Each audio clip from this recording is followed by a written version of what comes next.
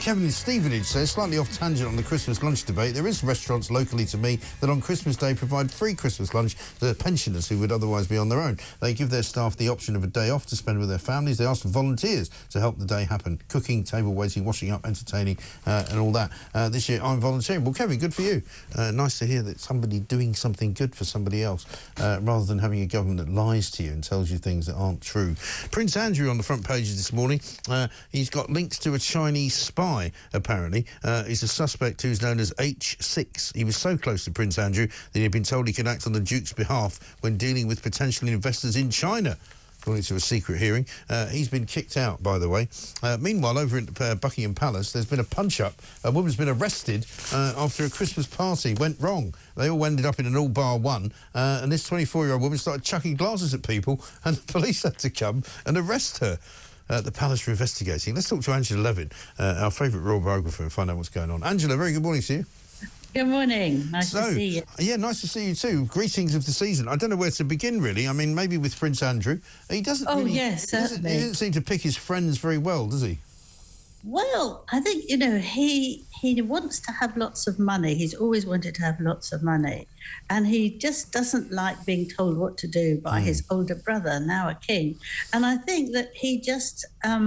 he's got very bad judgment. And because he's not one of the royal workers now, he's not given advice from people who are very experienced.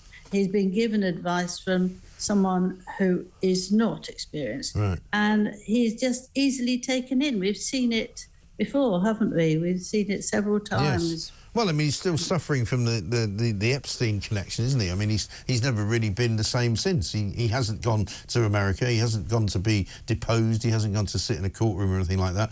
But there's a sort of a pall has been cast over him ever since. Yeah, but also with Emily Maitlis, when he was sort of doing this interview, and it was the most disastrous interview you could ever imagine about why he was friendly with Jeffrey Epstein. And I think that, you know, even when people tell him not to do it, Beatrice was very keen on him not doing the interview. And he takes no notice. So he gets into, this time, boiling hot water. And, you know, he's been after money for a long time. And I wondered when he said that he could easily stay in his home, he doesn't have to get out, like the king asked him to go to somewhere smaller. And I wonder whether some of this money comes from the Chinese. Well, you do wonder about that. What's going to happen to him at Christmas time? Because obviously is a big I haven't heard yet, but he was invited, even though the atmosphere between the two brothers are not very good. But they have a rule that what happens outside of the castle, say, is one thing, but as being a member of the family is another. But I can't see how he can go to the Christmas day for lunch, and I can't believe it, because it is absolutely shocking that you could be taken in by somebody like that, a Chinese man who was thrown out, a court case where 3 judges decided that he wasn't allowed to stay in this country. I mean, that's really big stuff, actually. It is. I'm sure MI6 are involved, MI5 are involved. MI5, you know. yes. I think it's very interesting that I'm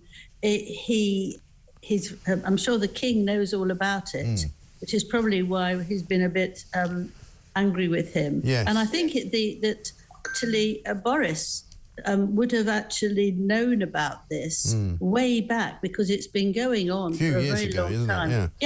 And he would have had to tell the king. So, you know, you can't keep these things secret, but actually you don't want them to come out unless you sort of solve them. Yes. And he's got an advisor called Dominic Hampshire, who had the amazing, ridiculous behaviour of telling this Chinese H6 man that, you know, I found you a way to get people unnoticed in and out of House of Windsor. Now, you know, he wasn't coming in as somebody who you would welcome or you wanted to talk to. It was a spy creeping in. I mean, it's ridiculous, isn't it? And also, I mean, came to his birthday at 2020, and Dominic said, "Oh, you're going to sit right at the top of the tree that many, many people would long to have. Yes. Now, you're actually putting this spy who you don't know and you haven't investigated right next to Andrew, who's very vulnerable, and he can tell them stories. I mean, these guys are very careful of very good at getting information out of people. Exactly right. And also you do wonder, don't you, whether the Prince and Princess of Wales would be comfortable just having him around their kids and their family, not because of any nefarious thing, but just because he's a bit of an unsavoury character these days. Well, he doesn't get on very well with William, and... Uncle Andy's coming. You'd be kind of going, oh, God, really, is he? Yes.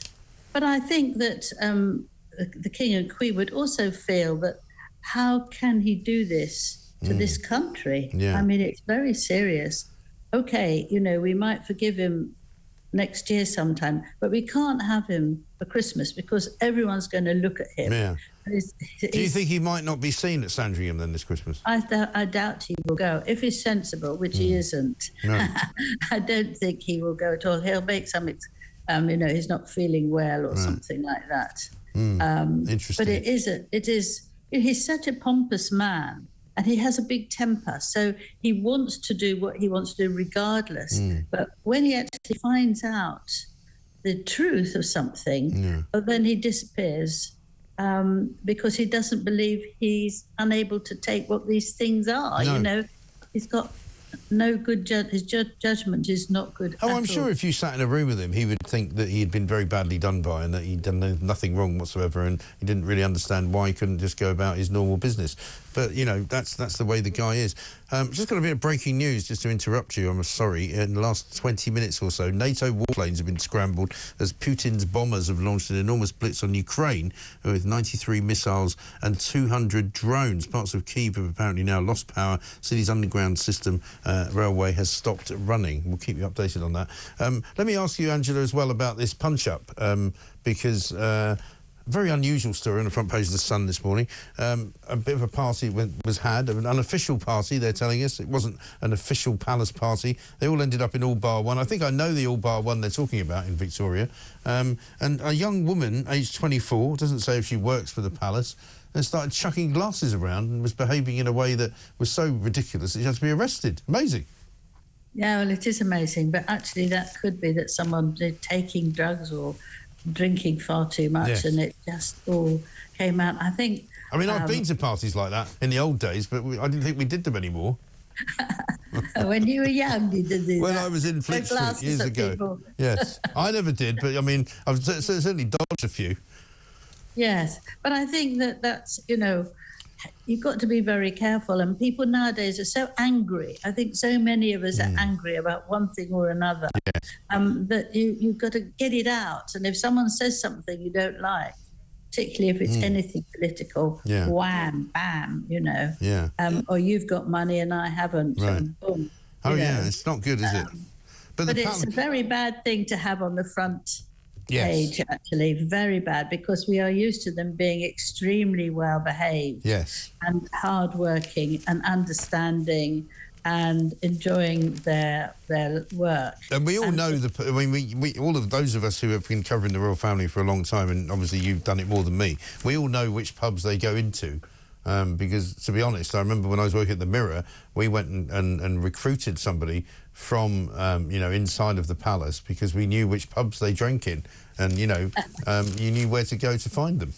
Yes. Well, that's a good reporter, isn't it, in some ways? Yes, absolutely. Yeah.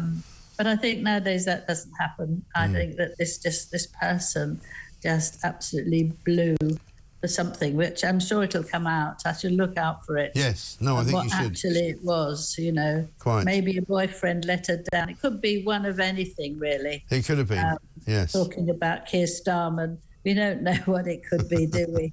No, we really don't. Angela, good to see you. Thank you very much indeed for chatting to us. Angela Levin, royal biographer there, with her latest news on Prince Andrew, who seems to have some very obscure friends, including a bloke called H6. I mean, we talk about him going to dinner parties and things inside of Windsor. I mean, what do you say? This is my friend H6.